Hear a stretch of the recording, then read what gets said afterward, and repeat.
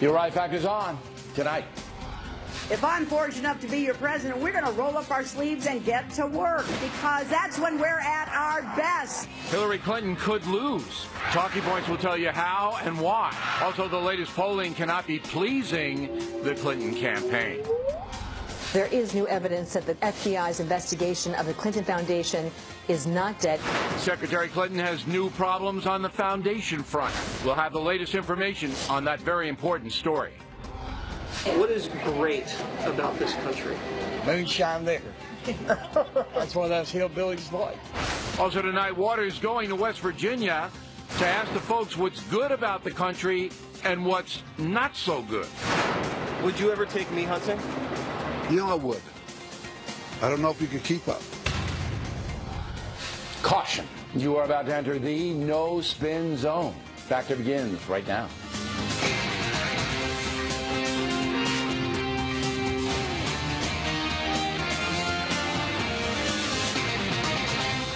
Hi, I'm Bill O'Reilly. Thanks for watching us tonight. Congratulations to the Chicago Cubs, World Series champs.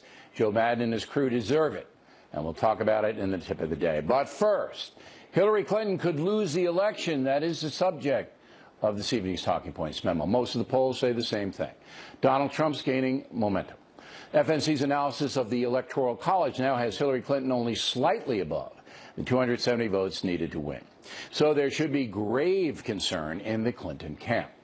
The reason the secretary may lose is that the tipping point may have been reached.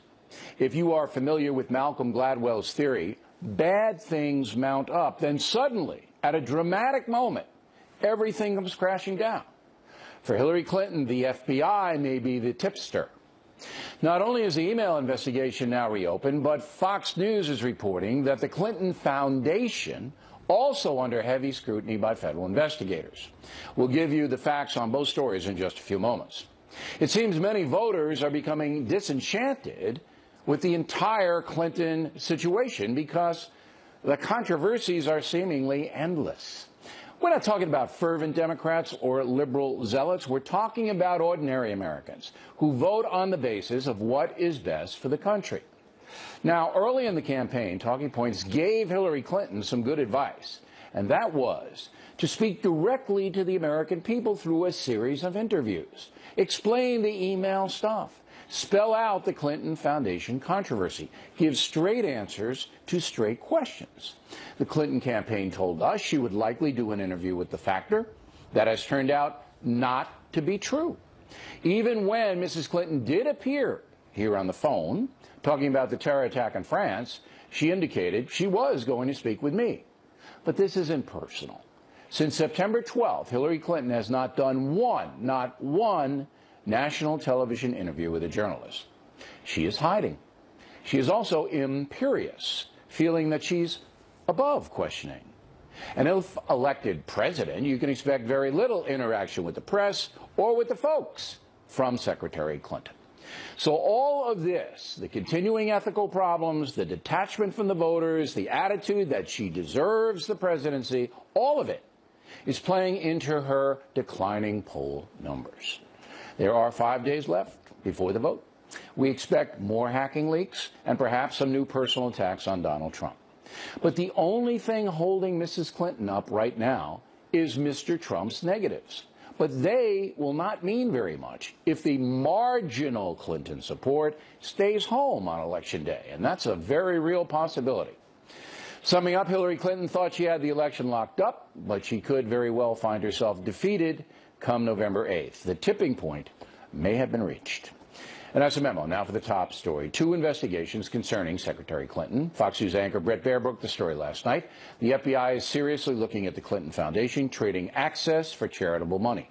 Joining us from Washington with the latest, Chief D.C. correspondent James Rosen. All right, James, what do you have for us tonight?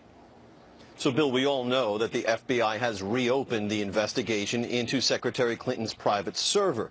Separate from that, a well-placed source inside the FBI confirmed to me tonight that there are indeed 2 parallel FBI probes here, the email case and the Clinton Foundation case, with the latter probe ongoing for more than a year, as Brett Baer and others have been reporting.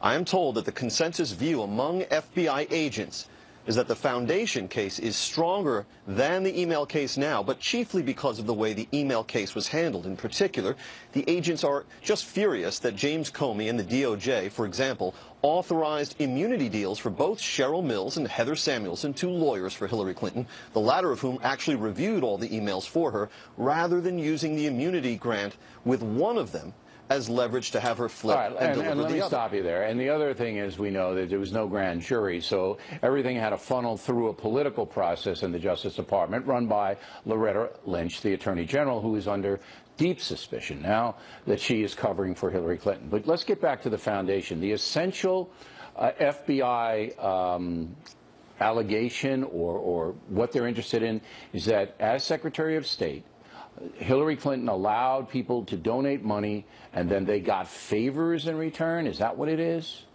Right. This would be called, in what the agents would, the terminology they would use, is a public corruption case. They're investigating whether there were improper relationships between Hillary Clinton's State Department and the Clinton Foundation, where, the allegation goes, if you gave a certain amount of money to the foundation, then you received favors of some kind, some benefit from the Clinton State Department. Yes. We should point out that the Clinton campaign serious. and the Clinton Foundation all deny any wrongdoing. I have one other update for you, one other point I wanted to make.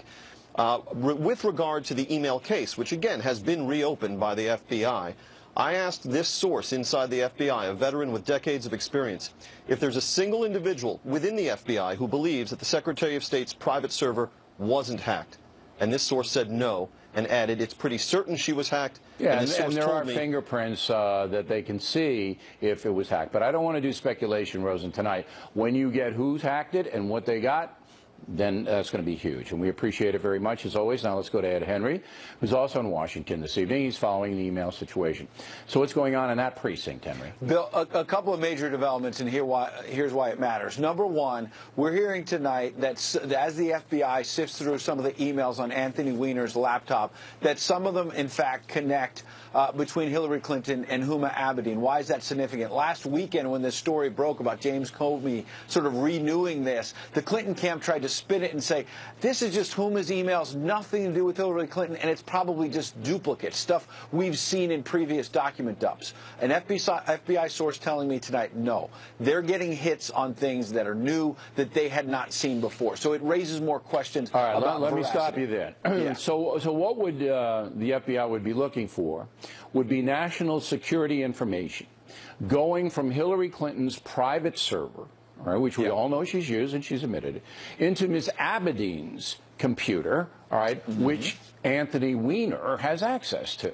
And he did not have a security clearance. Right. He was no longer in Congress in recent years. So why would he have access to that? Here's another big thing, a big development today from WikiLeaks. I'm sifting through all these emails, and there's a couple there in which Clinton's own aides in 2015 were raising questions about, did she really turn over all official email like she told the public? Remember, she said only deleted the personal ones that had to do with yoga routines. Her own staff was doubting that, and they had a question amongst themselves. What did she call personal? Stuff with Huma Abedin and Cheryl Mills because they're close friends? Well, Hillary Clinton never answered that. Why is that significant? It ties back to what James Rosen just reported. Huma Abedin was at the State Department on the payroll. Her emails, not all of them, some could have been personal, but most of them should have been official business. Taxpayers were paying her salary at the State Department along with Cheryl Mills. But they also, Abedin and Mills, did work at the Clinton Foundation. Yeah. They were paid by them. And that ties back because when you ask James Rosen about favors between the State Department and Clinton Foundation donors, wouldn't the emails of Huma Abedin and Cheryl Mills, who were at the nexus of that, be Well, we don't want to little speculate. Again, we want to keep it where it is. But I will say this. It might be quite an inauguration if Secretary Clinton wins. It could be a lot of other things happening other than the oath. That is the big question. Let me give you a quick bit of new information. The FBI source I spoke to tonight said, look, the big question is not what happens today or tomorrow before the election. It's what happens the day after the election. Yeah. Are these FBI agents who feel privately tell us they have been handcuffed in this investigation, will they be allowed to follow the facts? Or if Hillary Clinton is elected the day after, will they be told, well, there's a done. whistleblower law in this country, and also FBI agents certainly have access to the media if they want. want it. Ed Henry, thank you very much. One footnote, James Rosen's book, A Torch Kept Lit, Great Lives of the 20th Century, featuring William F. Buckley Jr., big bestseller. You might want to check it out. Next on the Rundown, brand new polling, we have the numbers for you. Then another possible scandal, big shot at the Justice Department, was leaking stuff to the Clinton campaign about the email investigation. Wait till you hear this. It never ends, does it? Upcoming. 2016 segment tonight, the latest polling. According to CBS News, Hillary Clinton leads Donald Trump by 3 points in the national race. LA Times daily tracking poll has Trump up by 5. ABC News tracking poll, Clinton by 2. Rasmussen, Trump by 3. Investors Business Daily has a race to tie. Got a headache yet? On the state front, WBUR poll in New Hampshire has Trump up by 1. University of Denver has it a tie in Colorado. Monmouth poll in Utah has Trump up by 6 in that state. Joining us now from Washington, Bob Cusack, editor of the Hill newspaper. In Chicago, Tom Bevan, executive editor of Real Clear Politics. So, Mr. Bevan, everybody goes to you and your crew for the averages. So over the last 2 weeks, Trump's really cut into Secretary Clinton's lead, correct? Absolutely. We've seen two things happening. One, we've seen Republicans coming home to Trump. In a lot of these states that were, had been a little bit more competitive than we'd seen them in previous cycles, places like Georgia and Missouri and Texas and Arizona, Trump has really expanded his lead because Republicans have come home to him. And then the other thing that's happened, I think, and you mentioned this in your talking points, Bill, is those marginal voters, the folks who, millennials, for example, who they liked Sanders, they were looking at Johnson, they had warmed to Hillary Clinton over the previous couple of weeks. They might be shying away from her. And as you mentioned, if enough of those folks in some of these key battleground states, if they stay home, that could be a real trouble spot for her campaign. Okay. Now, Mr. Cusack, you have a situation where Fox News is now saying that Hillary Clinton's got 283 electoral votes, and she's got the so-called blue wall. States like California and New York always vote Democrat, Massachusetts. But that's only 13 over. So if Trump can peel off Pennsylvania, for example, he's president. If he cleans the table on the states that are sympathetic to him, correct? Yeah, absolutely. If he wins Pennsylvania, I mean, then there is probably a President Trump, because he's looking decent in Ohio right now. Florida's very close. I think he's got to win Ohio and Florida if he doesn't win Pennsylvania. But overall, I do think he's going to have to pick up one upset along the way, whether that's a Wisconsin or a Michigan where Hillary Clinton had to campaign. She's a little nervous about that state. That's usually a blue state. So there's no doubt about it. We were talking a couple weeks ago about her getting 350 electoral votes. It has gone down significantly. The FBI thing hurts her, without a doubt. But if she's so nervous, Trump had momentum before that. If she's so nervous, why isn't she campaigning very much? She did 2 events today, both in North Carolina. Yesterday, 1 in Arizona. Trump is like everywhere. He's going door to door. He's cutting your lawn. And, she's very, very few places. You got Sanders out. You got Obama out. She's got, all the surrogates out. But, I don't know if she's seeing the urgency. It looks like a Romney situation. Now, we do have some new polling I want to run by you, Mr. Bevan. Arizona, Trump is up by 5 now.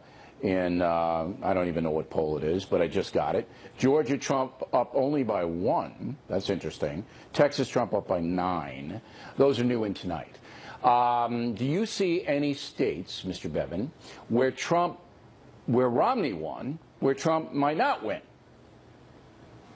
No, I think he's going to win probably all those states. Again, those are the NBC Marist polls that just came out, but we have other data that has his leads much better than that in those states. Utah's another one where, Evan McMullen's polling pretty strong. We had data out of Utah showing Trump up 6. I think his lead is sort of solidified there as well. And those are the only states. I mean, the key state for him, obviously, is is North Carolina. That's the one battleground state that Romney won, and Trump's got to keep it in his column. And but the latest polling from there has Trump up. He's winning in North Carolina. What's interesting, Bill, is in Florida and North Carolina, there's a variance in the polls. We've got 2 polls showing Trump ahead, and we've got 2 polls showing Clinton ahead. And the net of that in our average is that it's tied. So I think that really is a toss-up state, and both campaigns are certainly treating it that way. When are you guys going to be wanting to make a prediction, do you? Because I want to get both of you on the record. Sunday night, Monday, you guys going to make predictions? Are you going to do that? Listen, I think Wednesday morning? I think you gotta wait till Monday. Yeah. Monday? Wednesday morning, yeah. That's what I'll do. You know, I told you. All right, Monday, I'm going to hold you guys to it. We'll check in with you, and we appreciate it. Directly ahead, another outrageous story. A Justice Department official feeding the Clinton campaign information about the email investigation. Wait till you hear this. Then later, Waters talking to the folks in West Virginia about their country. We're coming right back. Saves that life. Truth Serum segment tonight, another outrageous situation concerning the Hillary Clinton campaign. It never ends. This man, Peter Kadzik, top official at the Justice Department. Hackers exposing Clinton campaign chief John Podesta's email, that's the WikiLeaks deal, put out this missive from Kadzik to Podesta, quote, "There is a House Judiciary Committee oversight hearing today where the head of our civil division will testify, likely to get questions on State Department emails. Another filing in the FOIA case went in last night, or will go in this AM, that indicates it'll be a while before the State Department posts the emails," unquote. Kadzik is leaking to Podesta, and he's still working at the State Department. What is going on? I'm angry about this. With us now, our Truth Serum correspondents, Eric Shawn and Shannon Bream. So I am annoyed that this man, Kadzik, is still working there after he has no right to do this. He emails Podesta, tipping him on what's going to happen in the Judiciary Committee hearing. You've been in Washington a long time. Do you ever hear anything? You know, just the fact that the subject line of the email said "heads up" should give people pause about why would you be giving someone heads up inside the Clinton campaign when you're working in the Justice Department? Yeah. You're supposed to be seeking the truth, not giving somebody under investigation a heads up on it. But he's still working there. Yes. He hasn't been disciplined as far as we know, has he? No. He's still very much involved. And he and Podesta go way back. We talked about how they were Georgetown Law School roommates. Yeah, they're pals. Yeah, I mean, they were good friends. They were classmates. But there are emails that have shown that they've had dinner together the day after she testified about Benghazi on the Hill. They were at a dinner together. So there is a lot of overlap. When Podesta was in the White House and he got caught up in accused of making false statements about the Monica Lewinsky scandal, Kadzik represented him. Kadzik also... But Kadzik wasn't in the Justice Department. Then he was a private attorney. He was a private attorney. So Kadzik worked for Podesta to try to get him off on another beef. What does Kadzik do in the Justice Department now? How high up is he? Well, he works as an assistant attorney general, and he's sort of a liaison between Congress and the DOJ. Now, there's been a request by Republican lawmakers at one point asking them to appoint special counsel in this Hillary Clinton email situation. Yeah. And that's something that Kadzik turned down. So there is, although he had the authority to turn down a special counsel that was requested? He told Republican lawmakers. So he's a big shot, this guy Kadzik. Yeah. So Loretta Lynch, what does she say, the Attorney General? She should have suspended this guy right off the bat, right? He's very close, listen, to the Clintons. You know that because there's also this connection with Mark Rich. Because Kadzik was lobbying Podesta when he was White House Chief of Staff and working directly. And Kadzik was a private attorney to get this weasel off, which he did. And that's what Sean's going to do in a minute. So bottom line, let's recap. Kadzik still working at the State Department, despite violating every ethical tenet you could possibly violate by tipping off Podesta to this hearing and what was going to happen. And he just sings a song, and the Attorney General, who now is on our not good list, just lets it go. This is called corruption. That's what this is called. All right. Thank you, Shannon. Now let's get over to you, Sean.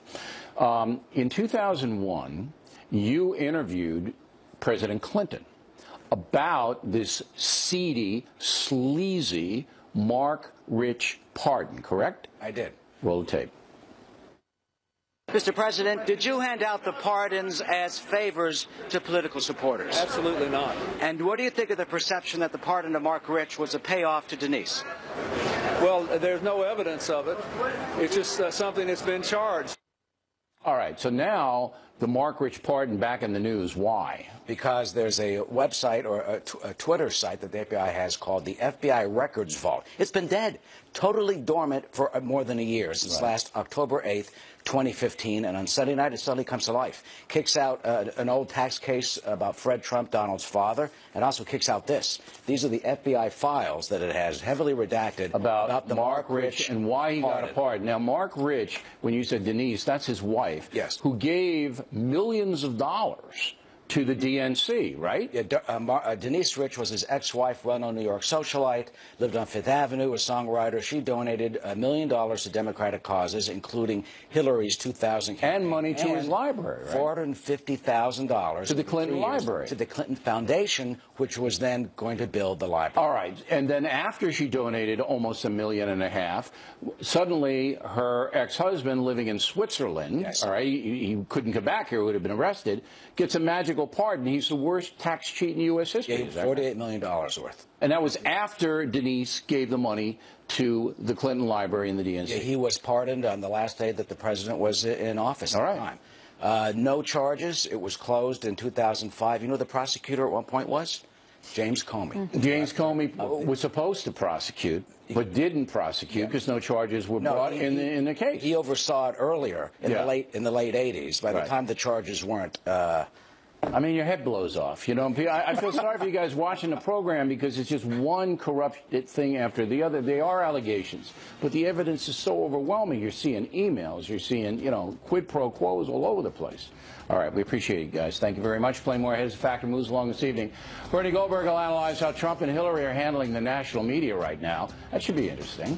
And Waters in West Virginia asking about the State of the Union. What don't you like about America? I hate to get in on immigration and everything, but they catch them, they take them to the detention center, and then turn them loose. Catch and release. Like a fish. We hope you stay tuned for those reports.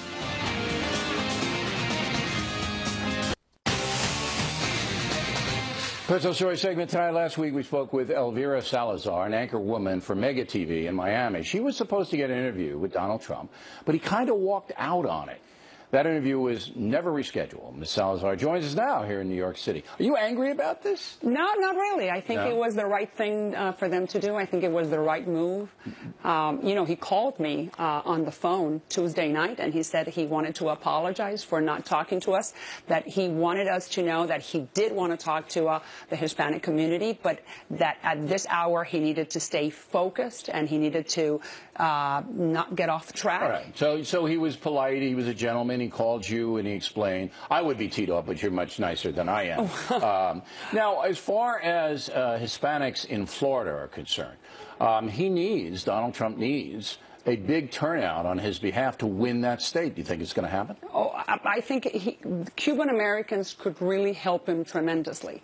In the last 2 months, he has gained 20 points among Cuban American voters in South Florida.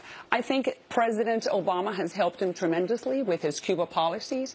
And basically what happened 2 weeks ago at the United Nations, for the first time in 55 years, the United States has not voted pro the embargo against Cuba. All right. So Cuban Americans in Dade County, where you live, in Miami, and then throughout the state, follow this stuff very, very closely, whereas a lot of Americans, they don't know what happened at the UN. Absolutely. So after President Obama didn't vote to uphold some of the embargo, Cubans got angry, and that's going to help Donald Trump? I would imagine that is the straw that broke the camel's back. So why? Dade County is usually Democratic, though. It is, except that voting bloc called the Cuban Americans. And you think they're going to go for Trump, the majority? I would say that right now 60% of the Cubans would go for Trump. Wow. Well, so he should have talked to you. Well, I mean, that would have helped him, though. He needs Florida desperately. Yeah, right? and I think that's one of the reasons why he really wanted to talk to us. But I think that the wiser political move would have been 5 months ago, 6 months ago, when he became the nominee, to go to the heart of the community, not only to the Cuban Americans in Miami, to the Puerto Ricans in Central Florida, to the Mexicans in California, and talk directly, face to face, about those thorny issues. On shows like yours. Okay. Well, now, the last time we had you on the program, we had a little bit of debate about a wall. You don't feel that the wall is necessary on the southern border. Of course, it's a big part of Trump's campaign. You want the E-Verify and do it that way. But I support the wall not only to keep people out, and I think that has to happen. We have to have an orderly immigration process, but for the narcotics. I mean, you know, Miami is awash in drugs, you know that. And the drugs are coming from Mexico now, not from Colombia the way they used to. And they're coming across that southern border, and it make it a lot more difficult if you had a big barrier down there. Well, maybe yes, maybe no. But I don't know how no. Well, because when you have technology and you have more border patrol, but that is a position that I think has a lot of merit. But then you have this other one that I think we talk about a lot more, that the illegals that are jumping the wall or defying the desert. See what I want crossing. to do, and I have to go, but I want to do is have a wall down there to discourage poor people who are being exploited and being assaulted when they come up from Central America and Southern Mexico by these terrible smugglers, people smugglers. They brutalize these people. And I think if that barrier were there, it'd make it tougher for the coyotes, and it'd make it a lot tougher for the cartels to get drugs in. So anyway, that's what. But when they jump, they get rewarded with jobs. That's why I'm saying E-Verify. I'm for that. I am absolutely for that. So if you're going to punish one side, I think you should punish the other, which are the business owners. I want to protect the innocent people trying to get here. Let them do it legally. Thank you, Ms. Salazar, very much. Nice to meet you. We appreciate you coming in. When we come right back, Bernie Goldberg on how Trump and Clinton are handling the national media right now. And Waters in West Virginia talking about what's good and what's bad with America. Those reports after these messages. Cable news show for 16 years and counting. Thanks for staying with us. I'm Bill O'Reilly. In the Weekdays of Bernie segment tonight, as we mentioned in the Talking Points memo, Hillary Clinton has not done a single national television interview since September 12th. And this week, Donald Trump's avoiding the national TV press as well. Joining us from Miami, the purveyor of BernardGoldberg.com, Mr. Goldberg. Let's take Hillary Clinton first. Do you agree that she's being a bit imperious? Word of the day, imperious. Do you think she is? I do think she is, and you also said in your talking points that she's in hiding, and I think you're right on that too. But if I were giving her advice, and not a likely possibility, but if I were giving her advice, I would tell her not to do interviews with you or anybody who's serious about this. You said you wanted straight answers to straight questions. Yeah. Bill, she can't give straight answers because she's too vulnerable. She just can't do it. Well, you're convicting her, though. You're convicting her of what the FBI is investigating her for. So I'm giving her the presumption. Tell me what is in it for her. What is in it for her? Well, I'll tell you, I'm giving her the presumption of innocence because that's the kind of guy I am. All right. But when. Go ahead. But when you ask a legitimate question. Yes. And she dances around it. Bill, I know you. You're not going to sit there like a potted plant. Of course, I'm going to come in and level the boom. But why doesn't she just answer it? Why doesn't she just explain it? Because she can't explain it. I know it. I suspect you know it. You're being a little too kind right now. No, wait. I know your audience knows it. If she, the Secretary of State, okay, and she has been on record saying, I didn't do anything wrong in the Clinton Foundation. I didn't take any money for influence. I didn't do anything in the email. It was a foolish personal mistake that I made. Sorry I did it. So if that's true, if those denials are true, she had no problem going in and explaining whatever question I ask. And what if it's not true? Well, then she should resign and not try to be president of the United States. Why do we want a person who committed a felony to be leading this country? Bill, never lose that charming innocence. It's beautiful. It's a beautiful ask and I answer. You know, I mean, if the woman knows she's a felon and then she's still trying to bamboozle the country, it's not going to be impeachment. It's going to be she's going to be in solitary confinement for 30 years.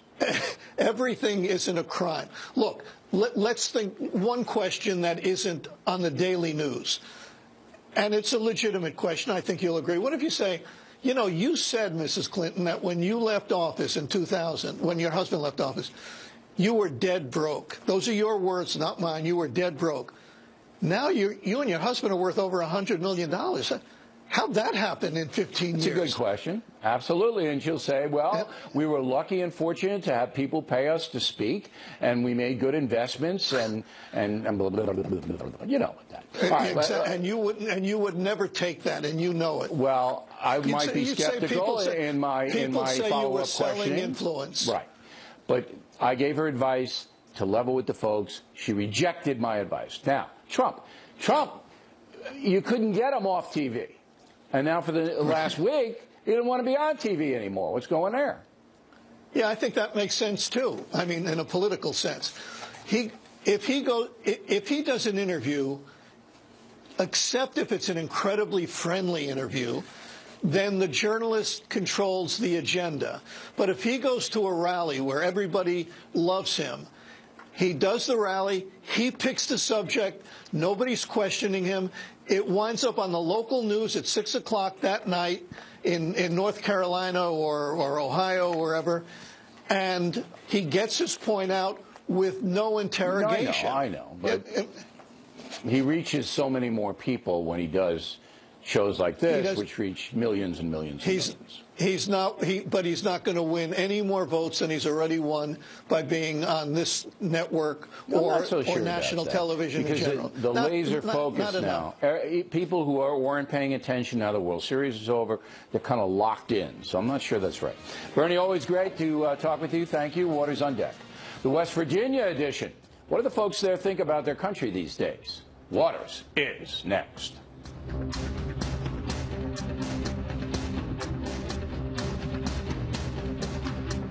Hey, POTUS!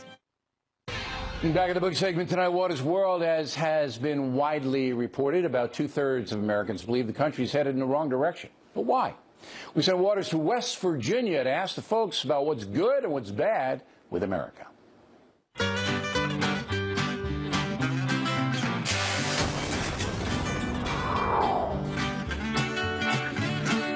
What's West Virginia all about? A lot of fun, clean living, hunting, fishing, camping, good people. Oh, boy, is this great! Do I fit in here in West Virginia? Sure. Why not? We produce energy. I mean, coal is our mainstay. Moonshine liquor. Goes down easy? No, it don't. So you guys in the emergency room, huh? Does moonshine put hair on your chest? Yes, it does. I could use a few bottles. I'm a man. What do you think is great about this country? Our freedom. We're the home of the free people. We have more ingenuity. We are the smartest people. I believe I do have the right for free speech. I believe I do have the right to bear a firearm if I want to. What is your favorite amendment to the Constitution? Second. Do you think Hillary's going to try to come for your guns? Yes, I do. Would you ever take me hunting? You know I would. I don't know if you could keep up. Why do I have to be in camouflage so the big bad quill doesn't see me? You packing any heat right now? Not right this moment.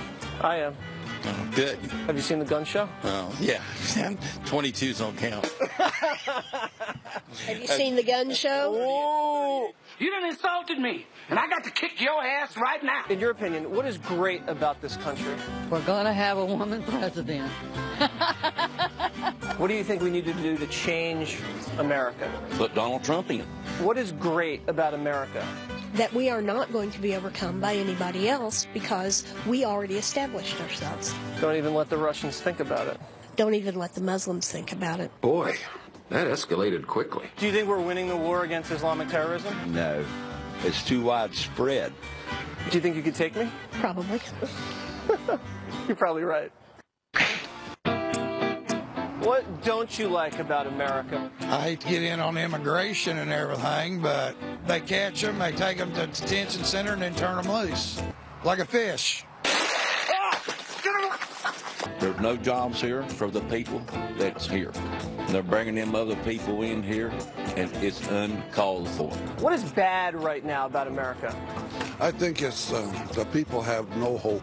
The health insurance problem has got to be solved some way because people can't afford it. Too many people think that they're entitled to everything. There's so damn much disrespect for police officers, any kind of authority. We give too much. If we would stop giving to these countries, we'd be better off. Whose world is it? Waters' World. You know, you look bigger on TV. Camera adds 10 pounds. Get in my belly! Do you like my shirt? Yeah, can I have it? You just want to see me shirtless. Yeah, that's right. What she wants is a man, that girl, not some whimpering little boy. Do you know who I am? Yes. Whose world is it? Oh, no. I can't remember. All right, here's Waters. They liked you, right? They loved me. I fit right in. Except for that one woman who wanted to kick your butt. You know, She probably could have. She could have. She was jacked. You don't ever want to get on the wrong side of that lady. No. No. No, she was a corrections officer.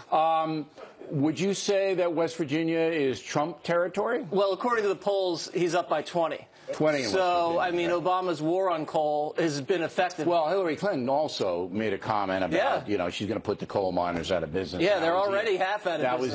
That was end of West Virginia. But I'm glad that you were accepted by the West Virginians because they don't accept people easily. Well, you know? they're a friendly people, and they'll even accept me, despite what I'm wearing. Okay, now, are we going to get letters or no? I hope not. You were nice. There is no offense. Country people, we love them. We do. Jesse Waters, everybody. A quick reminder that Waters has now joined Miller and me, your humble correspondent, for the Spin Stops Here tour next year. We'll see everybody in Tulsa, Oklahoma, January 13th. Reading, Pennsylvania, Saturday, January 14th. Then on to Omaha, Nebraska, March 24th. Tacoma Dome in Washington State, March 25th. In my home field, the theater at Westbury on Long Island, June 17th, right in front of Father's Day. Tickets make great Christmas and Hanukkah gifts, which we're doing it now, so you can get them. Shows will sell out. You can check it out on BillO'Reilly.com. Factor tip of the day, what we can all learn from the Chicago Cubs. The tip, moments away.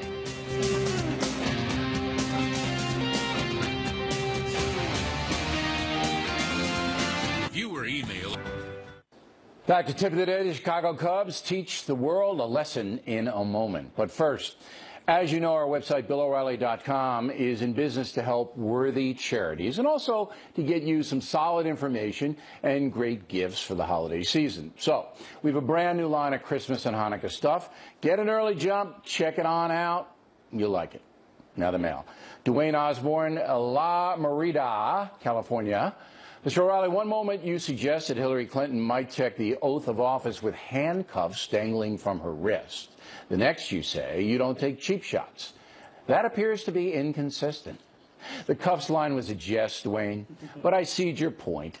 However, there is a very real possibility that if Secretary Clinton wins the presidency, she will be confronted with an unpleasant legal situation while in office. That's not a cheap shot. That's the truth. Michael Chain, Temecula, California. Bill, I talked with Hillary Clinton, and she says she'll do the factor if you donate $6 million to the Clinton Foundation. Colbert's looking for writers, Mike. Send a resume. Jessica, withholding her last name, Florida. I'm a producer in a TV newsroom down here, and liberals far outnumber conservatives. The left doesn't think that's bias because they believe everybody thinks the way they do. Eric Lee Perry, Newcastle, Pennsylvania. Mr. O, I take exception to your solution to gun crime. Elevating all criminal acts with guns to the federal level does not solve the problem. The states have the right to set stringent sanctions for gun criminals. And how is that working out, Eric? How's it working out? Come on. Certain states will never pass mandatory sentences on anything. It's always society's fault if a gangbanger shoots a 9-year-old.